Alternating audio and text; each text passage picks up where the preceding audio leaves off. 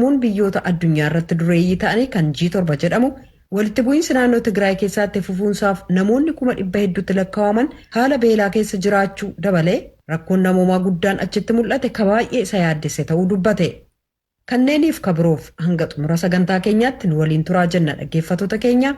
Piroodyuusariin Tamsaasa Har'aa Nugusuu Taammiree, Tamsaasa Intarneetiif miidiyaa hawaasummaa akka qindeessitu immoo Tigisti Gammeetii oduuf gara Bafaqaaduuttan isin dabarsa. Akka mooltan kanatti aansinee amma oduu isinii dhiyeessina. Hoogganaan Kaatoolikii Roomaa Poop Firaansis lammiilee naannoo Tigraay warreen rakkina cimaa keessa jiranuuf waliin haa kadhannu jedhaniiru. Poop Firaansis yaada toora Tiwiitaraa isaanii irratti kennaniin isaan mataan isaanii akka rakkina Tigraay keessa jiruu fi dhiyeenya qabanu himanii akka jeequmsi dhaabbatuuf gargaarsi nyaataa fi fayyaa akka hundaaf mijatuuf akkasumas akka walitti dhufeenyi hawaasummaa deebi'ee ijaaramu waliin haa kadhannu jechuudhaan ergaa dabarsaniiru. Walga'iin biyyoottan dureeyyii torbanii yookaan G7 jedhamee waamamu dhimma Itoophiyaa ilaalchisee ibsa baasee jira. Mata duree itti gaafatamummaa fi tarkaanfii addunyaa jedhu jalatti ibsa baaseen waa'ee haala yeroo ammaa Tigraay keessa jiru kaaseera. Haala beela namoottan 1,000 lakkaa'amanu keessa seenan dabalatee Tigraay keessatti jeequmsa adeemaa jiruun haalli gaddisiisaan namoomaa hedduu nu yaachiseera. Hokkora saalaa dabalatee badiinsa raawwatamaa jiru hin balaaleffanna. Warreen yakka raawwatanii qorachuudhaan itti gaafatamummaatti dhiyeessuudhaa fi koomishiniin olaanaan mirga namoomaa addunyaa yaalii inni gochaa jiru hin deeggarra. Kan jedhe ibsi kun haalli diinummaa atattamaan akka dhaabbatu gargaarsaa fi karaan akka banamu waraanni mootummaa Eertiraas akka Tigraay keessaa ba'u gaafateera. Gareen hunduu rakkina hiikuudhaa fi fala isa dhumaa kan ta'e adeemsa marii siyaasaa dhugaa irratti hundaa'e akka geggeessan hooggantoonni mootummaa Itoophiyaa adeemsa siyaasaa hunda hirmaachisuu danda'u uumuudhaan araara biyyoolessaa fi waliigaltee buusanii akka mirga namoomaatii fi mirga siyaasaa lammiilee Itoophiyaa kabajanu ibsi kun waamicha taasiseera. Waggoottan darban keessa amantoonnii fi daawwattoonni gara magaalaa qulqullooftuu Tigraay Aksuumitti yaa'aa turan. Waraana mootummaa federaalaatii fi paartii naannoo sana bulchaa ture gidduutti ji'a 7 dura jalqabameen kan ka'e har'a daandiin qabbanaa'eera. Manoottan daldalaa cufamaniiru. Lolli baadiyyaa keessatti taasifamaa jiru magaalaa irratti sodaa uumeera. Gabaasa Heezer Merdook jaallanneetu dhiyeessa. Uummata Itoophiyaa keessaa harka 40 akka caalan amantii Ortodoksii kan hordofan yoo ta'u, amantoota Tigraay keessa jiran irra hedduuf Aksuum iddoo qulqullittii addunyaa irraa jedhanii amanu. Taabotii abboommii kurnan qabatee fi kiristaanummaan Itoophiyaa keessa iddoo sanatti jalqaba argamee jedhanii amanu. Amantoota keessaa tokko ka taate Alam Gabrasillaas akka jettutti dhiifama argachuufan bataskaana dhufa. Waaqayyoos taabota isaanii eegaa jette. Garuu waraansa baatii 7 caalaa booda amantoonni iddoo sana jiran irra hedduun maatii namoota iddoo biraati godaananii dhufaniiti. Kanneen walitti bu'iinsa uumameen madaa'anis hospitaala dhaqqabuun itti fufee jira. Kiroos Gabruu akka jedhutti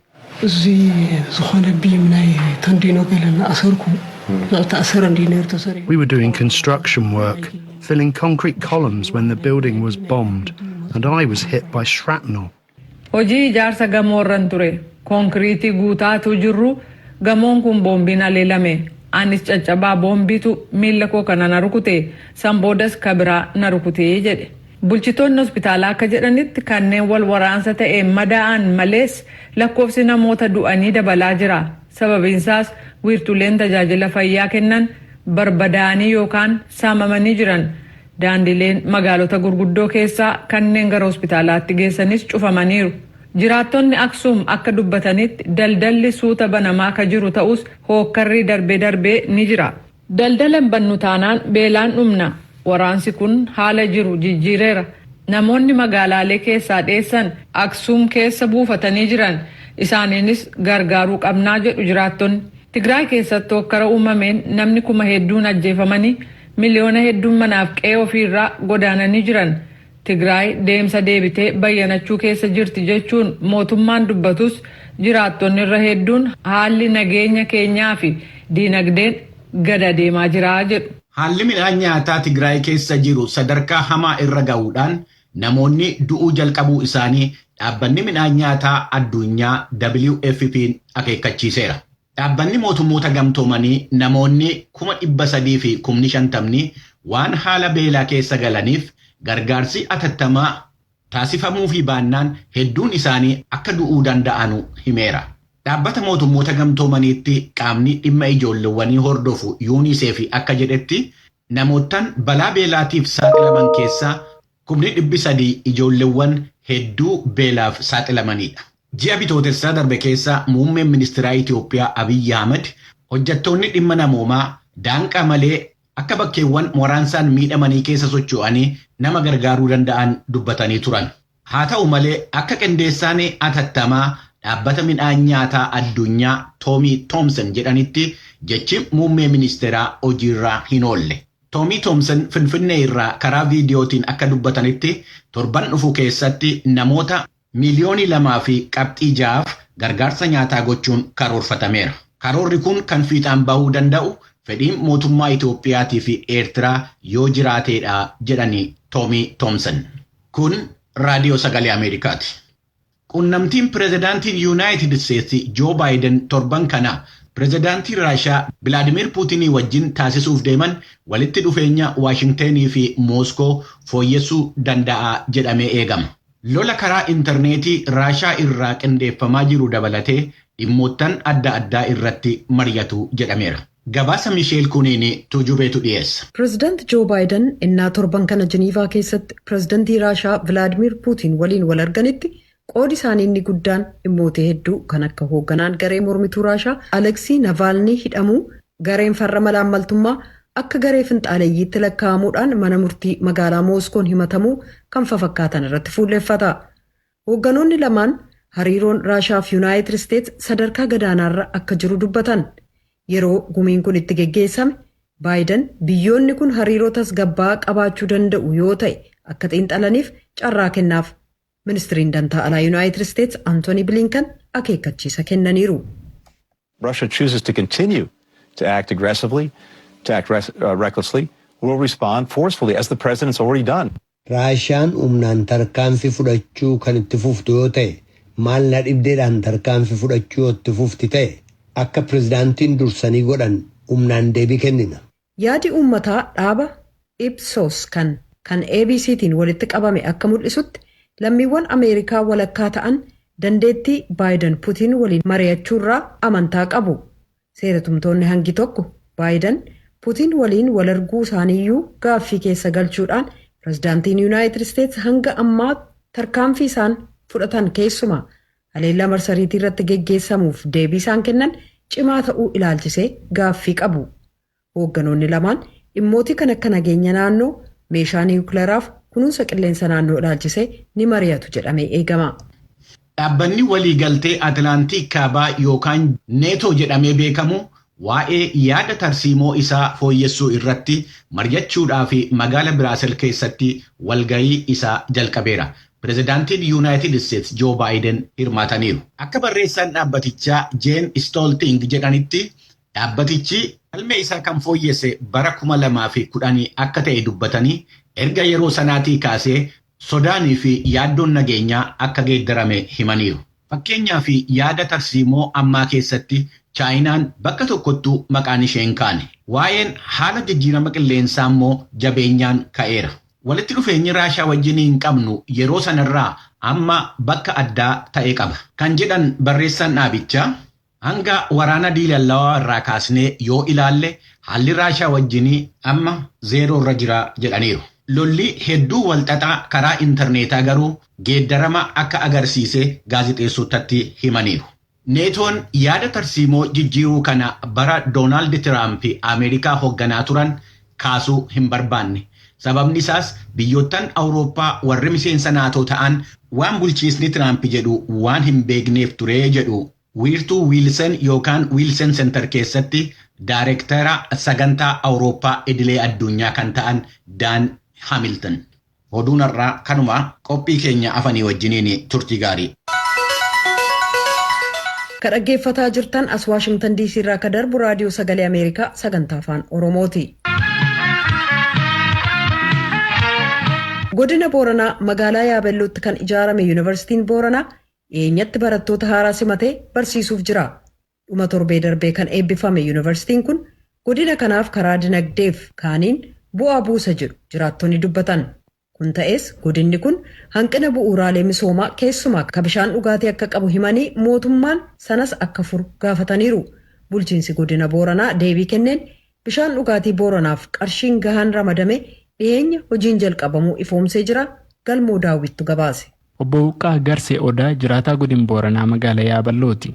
Hojii barnootaa irratti bobba'anii jiraachuu ka'eman Obbo Huqqaan Yuunivarsiitiin Booranaa godina bu'uuraalee misoomaa duubatti hafe kan jedhan godina Booranaa keessatti ijaaramuun waan dansaa. Sababni isaas dhaabbati kunin hawaasa naannoo kanaatti dhiyaatee waan hedduu ifatti baasaa jedhan.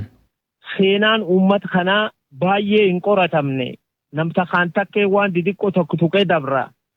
Har'a yuunivarsiitiin tuyyoo as dhuftee dhaabatte karaa qorannoo aadaa ka qorannoo jiru uummata kanaa talaafisaa cufaa qormaataan bir dhaabatee waan guddoo qarin beekamin hin argamin gabbaasuu danda'ee abdadda karaan tokko kana karaan lammeessoo uummati kennaa aduhaa Itoophiyaa kee jiru callaa hin ta'in uummati Booranaa guddaan keenya jira. Yuunivarsiitiin tun gam Itoophiyaa callaa don ta'in gama keenyaallee uummata achi jiru. Ha Booranaa, ha Gabraa, ha Burjii, ha Saffaraallee cufaa waba'uu dandeetti, barsiisuu dandeetti yaadi jedhu qaba. Jiraataan magaalaa Yaaballoo Obbo Huqqaan ammas godinni Booranaa hanqina bu'uuraa misoomaa kaan hedduu qabaa jechuun ibsan. Rakkoon guddoon laftana akkuma beektu uummata kun horsiise bulaa. Rakkoon inni qabu guddoon tokko rakkoo bishaaniiti. Sa'i horiin bisaan barbaada. Nami bisaan barbaada. Lafti tun oowwichoo yoo bisaan hin argatiin misooma dhibiillee dabruu hin dandeettu. Garumaan barumsaalleen amma akka lafa dhibii barumsi gaheetti yoo laalte gar Booranaa arrallee barumsi diqqaa. Maan gandi tokko akka aanaa tokko gar biyyaa yoo deebi. Gandi cufu man tamaarii jiru yoo jedhan gandi tokko keessa mani tamaarii tokko fula tokko yoo jiraat ijoollee kiiloomeetirii hagam yaatee cufti achi barachuu dandeenya. Kanaaf mani barumsaa har'allee borillee gandi keessa babal'ate bal'inaan barumsaa ijoollee dhaqqabu tolchuu danda'uu malan. Ammallee wanni lafa Booranaa keessatti bu'aa gaarii garsiisee mani barumsaa ijoollee Booranaa tabarattu irree ta'e hosteelii. Kanaaf karaa kanaan gara barumsaalleen mootummaalleen tana xiyyeeffatee waan danda'uufaa akka inni tolcha abdaddaa. Dr. Bokkuu Xaccee pirezidaantii Yuunivarsiitii Booranaati. Yaadii Yuunivarsiitii kana hundeessuu bara bulchiinsa Hayilamaariyaam Dassaalany jalqabee jedhan. Sana duubas bara 2018 ijaarsi isaa marroo duraa qarshii miiliyoona 200 fi miiliyoona 80 kan xumurame yoo ta'u, kanaanis kutaan ciisicha barattootaa kan bulchiinsaa fi kaan xumurameeran. Dabalanis barana booda gannatu keessatti hojiin marsaa lammataa akka dallaa Yuunivarsiitii daandii keessaa fi kaan hammatu qarshii miiliyoona 300 fi miiliyoona 80 oliin hojjetamaa jira jedhan. Dr. Bokkuun Yuunivarsiitiin Booranaa dursa kana gosa barnootaa 5 akka kennu eeranii caalaa garuu qorannoowwan jiru hawaasaa horsiisee bulaa irratti akka xiyyeeffatu dubbatan. Yuunivarsiitiin Booranaa akka yuunivarsiitii waan lama irratti beekamtii guddaa qabaachuu akkasiin dandeettu waan kanaan akka beekamuu dandeetta kana qophaa'aa jiru. Wanni kun akkuma beeknu sirni gadaa sirna guddaa sirna falaasama guddaa qabu sirni finnaati. Sirni kunin akkuma beeknu Oromiyaa keessatti fuula hedduutti sirni gadaa kun bayyanachuu jira. Bayyanachaa tanaaf hundeen isaa arma. Kanaafi waan kan ittiin qorannu keessaa tokko fulaan tun fuula Yuunivarsiitiin Booranaa durana ittiin beekamtii guddaa qabaatti jennee akkasii karoorsine. Taani waan horsiise bulaan wal fakkaata. Horsiise bulaan waan miil tokkoon dhaabbataatiin. Horsiise bulaan miil tokkoon hin ejju. Horsiise bulaan miil hedduu qaba. Horsiise bulaan miilli isaa tokko uummata. Ilmeen namaa waan hedduu gumifeeti. Kanaaf gara namaalleetti damee gara namaallee hin laalle yoo jiru waaqi jedha. Taan wanni horsiise bulaan qabu miilli isaa tokko immoo horii isaa kan fidamuun jecha. Kanaaf daameen tokko daandiin tokko ta Yuunivarsiitiin Booranaa itti akka horsiise bulaan ittiin hubachuu maletti achiin barsiifte akkasi qoratte horsiise bulaa akkasi mul'isuuf Yuunivarsiitiin Booranaa yoo waaqi jedha. Dr. Bokkuun yuunivarsiitiin kun barattoota horsiisee bulaa biyyoota ollaa jiraniifis carraa barnootaa banuuf karoora akka qabu dubbatu.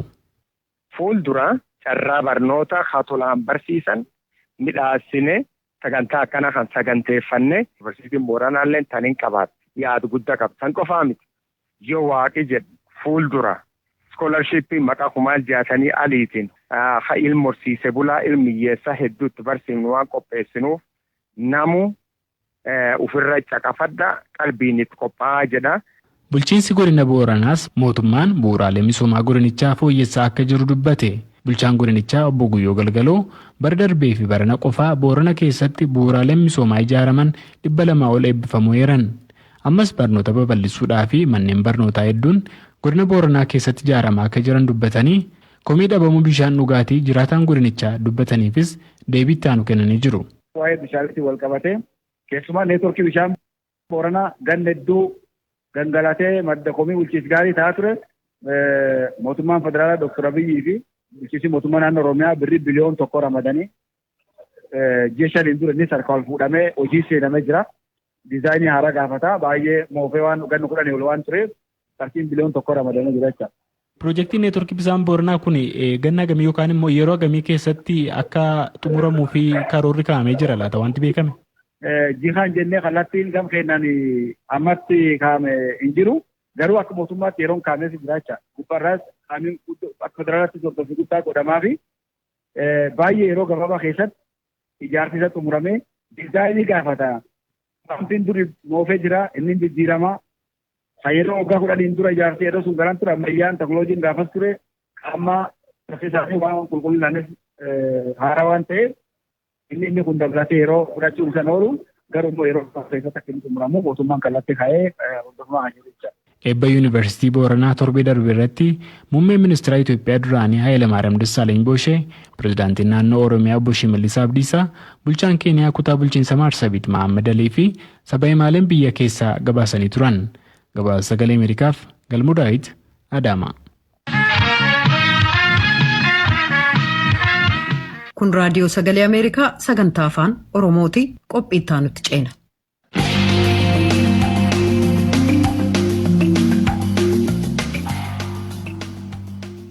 Godaantota Itoophiyaa kanneen 80 caalan biyyaa ka'uudhaan Bosaasoo Puuntlaand erga dhaqqabanii booda dararaa namoonni seeraan ala nama deddeebisan irraan ga'aniin kan ka'e waan harkaa qaban mara dhabanii biyya ofiitti deebi'uuf murteeffachuu isaanii jimaata darbe dhiyeessinee turre. Karoorri isaanii Saawud Arabiyaa dhaqqabuun carraa hojii argachuu akka ture ibsanii waan isaan mudate kanneen ibsan keessaa Abdulqaadir Mohammad akkas jedhee jaallanneetu haasofsiise. Waan jiru baay'ee ulfaatadha. Karaa kanatti dallaalaa fi mallaqa uummanni sirraa buusanii achi booda mallaqa sirraa buusanii miidhaan saaraa keessa deebisaa kadhachaa yoo argatte nyaattaa yoo dhabdillee akkasumas deebisaa daandiirraa karallee makiinaan mana ofiitiin jiru akkasitti osoo deemnu magaalaa kana seene. Garuu jireenya gaariitti hin deema itti abdattee baate? Gaafa biyyaa hoo biyya arabaa suudii kana jireenyi sumaa bakka hundaa dallaaluma jira waan biyyatti deemanii gurguraniitiin baay'ee nama fatanii dallaala harka buunee erganii qabeenya qaban. Amma deebi'ee maaliin hin jiraadhattee yaadde? Amma ka tokko jireetiin biyya biyya irratti waan fedhallee ta'u asirratti ta'u hojjetteetiin. Ibraahim Adam Arsii Shirkaa irraa ka'ee daangaa Itoophiyaa ega darbee booda jarreen seeraan ala nama deddeebisanii dararaarra ga'anii qarshii biyyaa 32,000 harkaa fudhachuu isaanii dubbatee ture. Qarshii kana fira biyyarraa ergeef moo isatu of harkaa qabaaf kennee akkas jechuun deebisa Ibraahim. Itoophiyaa qarshii 32,000 warri naa gurguree akkasitti warra irratti naa ergitaaluu biyya bituufi dhaabbataa ka'ee hin barbaadu. Egaa achi geesseetii warri keessan si erganii? Egan qabamee booda. Itoophiyaa dhaawoo ituun qabamiin dura gaafa baatu meeqa laatteef? Qarshii 1,000 laata. 1,000. Achirraa gosoonni tokko narraa buusan immoo. Namoonni akka kee lafoo deemanii ba'aa jiran baay'eedha lakkoofsaan. Lafoo deemanii kan bira awwaallee deema jira kakuullee samaraatu deema jira uummanni akkasitti hedduudha. warri makiina nama deddeebisu maalidhaa kan waliin dalagu warra Itoophiyaati. Itoophiyaa keessaa gabayaan Sumaalilaandii seenanii achirratti baadiyyaa wayiiti bakka sanitti sharaa ijaaratanii achirraa makiinaan asfaaltiirra deemu gaara keessa deemaa achitti itti nama fida. Lasaanoo bakka jedhamu baadiyyaadhaa sharaa walqabatanii jiranii. Achi Lasaanoo sana ammoo namoota biyya kamiiti warri akkas nama godhu? Warra Itoophiyaati waliin dalagata godhan Sumaalee wajjin. Waan baaraa jedhanii waan doonaa jedhanii achi buufatanii asitti ganna kanne. Waan wacaan irraa makiinaa huduuda daangaa Itoophiyaarraa irreeffatanii laangaasii doonallee jedhanii asitti buusan. Inni 32 kun Saawudiin singeenya jedhaniitu moosa Itoophiyaa keessaa ittiin baataniif. Itoophiyaa keessaa ilaa haga waan doona itti yaabbatan jechuudha waan ilaa Yaman. Egaa isaan egaa qarshii isaaniif irraa fudhatanii booda singatan jechuu. Maalidhaa warri makiinaa shifeerri kamallaqa isaantu kabalaa fi bakkuma argetti gastina kateefini magaalaan si ga'e achi booda kaartii mallaqa gaafattu hin jiru kaartii mallaqa buufteef gara biraati waan ta'eef isaan illee nama tokko miti waladde jiran nama hedduu waan ta'eef akkuma 15 nama irraa buusullee ni jira akkasuma warri nama fe'ullee ni jira nama hedduu waan ta'eef. Qarshii sanaa eega siniin sin qabanii booda maatiin keessan sinii ergee? Eessatti sinii ergan? Dibaankii Kiriinchaaf Wacaalee jedhanii Itoophiyaa keessatti ergan. Jaratu himataa lafatti horii gashaniif? Jaratti gata akkaawuntii qabanii dabbi mallaqa buute akkaawuntii kan ergin akkasitti akkaawuntii naasii akkaawuntii waan hundaa biyyaa qaban jechuudha. Dallaalaa kan mallaqa waan hundaa biyyaa qabanii mallaqa akkaawuntii Itoophiyaa irratti bu'an dibaankii. Isa boodati warri isiniin qabatee jiru immoo dhaqee baafata. Isaan hin baafatan ammallee kan biraatti jira ta'uu jedhu achi daangaa Sumaaleetti Itoophiyaalee achuma dibaankii biraami kan Itoophiyaa. Dibaankii sanii dhaqee baasee Sumaalee gatteenee dooraalatti deebisee dooraala moobila silkiidhaan ergaa jechuu isaan kana. Mallaqa Itoophiyaan dibaankii sanii baasee Sumaalilaandii seenee dooraalatti deebisee dooraala san silkiidhaan ergaa jira moobila keessan kana naqaa isaanii. Maallaqa keessanis dhabdanii lafa yaaddanis ituun ga'inaaf tani. Kanaaf amma biyyatti deebinaa jettan. Waan balleessinee baanee jira. Kanaafillee duraanumaatiin lubbuu kennan uffisee mallaqaan ergee namni immoo ofii hin gatu daawwi isaan biratti deebinee jireenya keenya takka jennee laqinnaa. Isa biyya yeroo jirtu teessee yaadduufi amma waan sirra ga'e yeroo laaltu. Baay'ee garaagarummaa qaba yeroo biyya jedhamtan.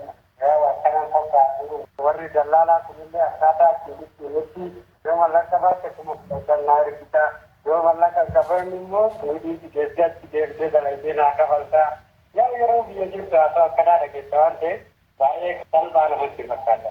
Si'an qaban haga daangaa Sumaalee itti geessanitti isaantu Itoophiyaa irraa namarratti erganii fuudhan waan ta'eef si'an qabanii eega bakkitoo baadiyyaa bakka awaalaa nama sangeessan achi biyyaatti baatanii ta'anii mallaqa achitti isin reebaniiti maatiin akka horii ergu godhu.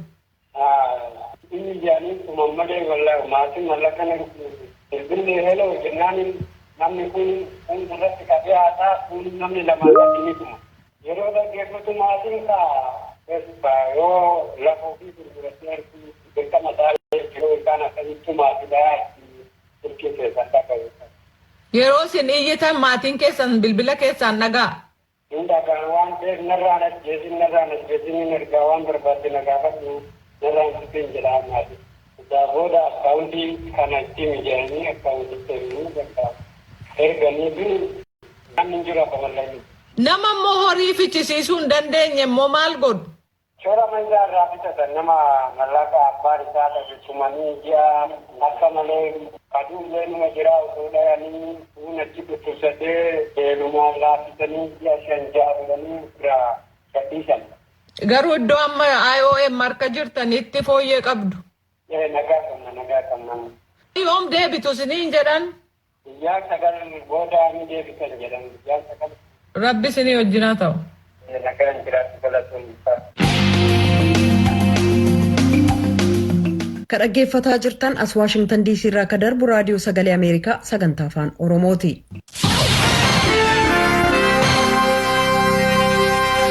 kanatti aansinee ibsa gulaalaa kan imaammata United States calaqqisu siniif dhiyeessina. United States haalawwan tokkooma daangaa Itoophiyaaf sodaachisoo ta'an ilaalchisee yaaddoo idda gadfageeffataa deeme qabdi. Haalawwan sodaachisoo ta'an keessaa tokko rakkoo amma naannoo Tigraay keessatti mul'ataa jiru. Uummanni Tigraay keessaa dhiittaalee mirga namoomaa ciccimoo ta'an jalatti gidirfamuun itti fufee jira. Uummanni miliyoona 1 ol ta'u wabii nyaataa hin qabu. Yeroo akkanaatti gargaarsi namoomaa hatattamaan achitti barbaachisu humnoota waraana Itoophiyaa fi Eertiraatiin akkasumas humnoota hidhatan kanneen birootiin danqamaa jira. United States ajjeechaalee humnaan buqqisuu, ookkara saalaa malaan geggeessamu, dhiittaalee mirga namoomaa fi miidhaalee kaan raawwataman cimsitee balaaleffattii jedhan ministerichi dhimma alaa United States Anthony Blinken ibsa isaanii keessatti. Maddeen bishaanii hospitaalotaaf manneen eegumsa fayyaa dabalatee barbadeessamuu qabeenyaalee uummata siivilii Tigraay keessatti geggeessamaa jiruttis akkasuma baay'ee rifannee jirraa jedhan ministerichi dhimma alaa Blinken. Mootummaan Itoophiyaa kanneen dhiittaalee mirga namoomaa geggeessan kun akka itti gaafataman akka taasisu, siivilootarraa miidhaa akka ittisuu fi gargaarsi namoomaa danqaa malee akka dhaqqabu akka mirkaneessu United States waamicha dhiyeessiti. Haasaan dippiloomaasummaa soona qabeessi geggeessameyyuu qaamonni lola Tigraay sana keessa jiran hookkaricha dhaabuudhaaf yookaan rakkoo siyaasaa mudate sanatti karaa nagaa furmaata barbaaduuf tarkaanfiin qabatamaan fudhatan hin jiru jedhan ministerichi dhimma alaa United States Anthony Blinken. Blinken mootummaan Eertiraa waraana biyyattii gara daangaa Eertiraa sadarkaa addunyaatti beekannaa qabuutti akka tattamaan deebisu waamicha dhiyeessan. Waraansi dhaabatee gargaarsa namoomaatiif karaan bal'aa yoo hin banamne hanqinni nyaataa yeroo ammaa Tigraay keessatti mul'atu gara oola yookaan beelaatti deemuu mala. Haala hamaa Itoophiyaa keessatti mul'atu kanarraa kan ka'e ministerichi dhimma alaa United States Anthony Blinken aangawoota Itoophiyaa fi Eertiraa kanneen ammaaf kanneen duraanii miseensota humnoota nageegumsaa namoota humna naannoo Amaaraaf humna kasirnaan ta'in naannicha keessaa akkasumas miseensota adda bilisummaa uummata Tigraay rakkoon Tigraay keessaa sun akka furmaatan arganne danquutti itti gaafataman yookaan hidhata sanaa qabanirra uggurri kenniinsa viizaa akka kaa'amu labsan. Kanneen uummata Tigraay irratti miidhaa raawwatan akkasumas kanneen akka gargaarsi namoomaan dhaqqabne dhorkanis uggurri kun ni ilaallata. Miseensonni maatii namoota akkanaas ugguricha jala galuu malan. Ministerichi dhimma alaa United States Anthony Blinken mootummoonni biroonis tarkaanfilee akkanaa fudhachuu irratti akka isaan waliin hiriiran waamicha dhiyeessanii jiru. Kana malees United States dabalataan gargaarsa gama dinagdee fi nageegumsaa Itoophiyaadhaaf kennitu bal'inaan daangessitee jirti. Gargaarsa namoomaaf gargaarsawwan barbaachisoo aga tokko Itoophiyaaf kennuu garuu itti fufna jechuudhaan kan ibsan ministerichi Blinken gargaarsa Eertiraarraa uggurawwan bal'inaan kaa'amanii jiran akkuma jiranitti itti fufu jedhan. United States rakkoo Tigraay keessaa furuudhaaf carraaqqii godhamuu fi lammiiwwan Itoophiyaa akka raaraaf waliin marii tarkaanfachiisan gargaaruutti cichitee jirti jechuudhaan gulaalaan irraa ibsa isaa xumura. Kan kanaa olitti dhageessan ibsa gulaalaa kan imaammata United States calaqqisu ture. Raadiyoon Sagalee Ameerikaa galgala keessaa sa'a 2:00 jalqabee hanga sa'a 3tti meetir baandii 22 yookaan kiiloo heerzii 13,765 irratti meetir baandii 25 yookaan kiiloo heerzii 1240 irratti akkasumas meetir baandii 31 yookaan kiiloo heerzii 12,485 irratti wixata hanga jimaataatti qophii afaan Oromootiin dabarsu asirratti raawwata. Qophii boriitiin walitti deebina nagaatti bulaa. Amma sagantaa afaan Amaaraatu itti fufa. Voice of America. ይህ የአሜሪካ ድምጽ ራዲዮ ጣቢያ ነው።